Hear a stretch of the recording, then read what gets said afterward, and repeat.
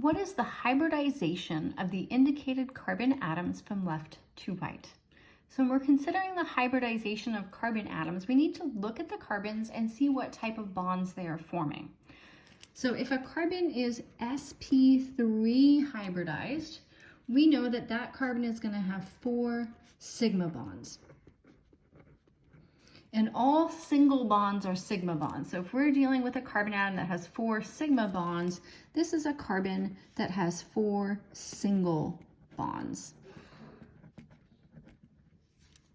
And then if we have an sp2 hybridized carbon, every time we take away a p orbital, we're leaving that p orbital available for a pi bond. So now this carbon atom will have 3 sigma bonds and 1 pi bond. So this would be a carbon with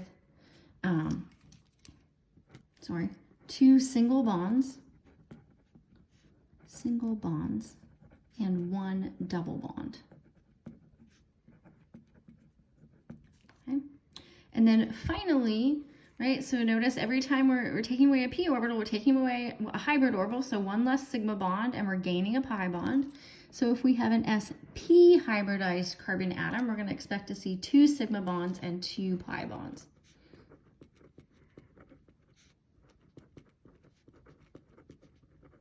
So most commonly, what you will see is 1 single and 1 triple bond, because that would give you 2 sigma and 2 pi.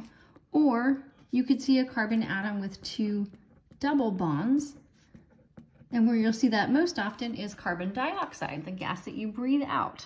Okay, so now that we've got these bonding patterns, we can take a look at the carbons we were asked about.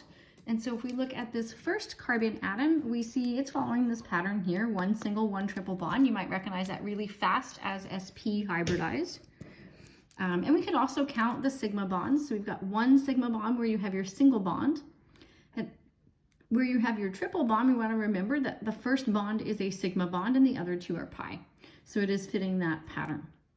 If we look to the next carbon atom, we might at first glance just say, oh, well, we just have 1 double bond and 1 single bond, and that doesn't fit any pattern that we see here. But we need to remember that we may not be seeing all of the bonds to the carbon. So we can see only 1, 2, 3 bonds, but this is a neutral carbon atom.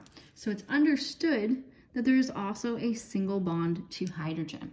So now we can see we've got 2 single bonds and 1 double bond, or we could count that as 1, 2, 3 sigma and 1 pi. In any case, we should arrive at the conclusion that this is sp2 hybridized. And then our final carbon atom, we can only see in this skeletal structure 1 of the bonds.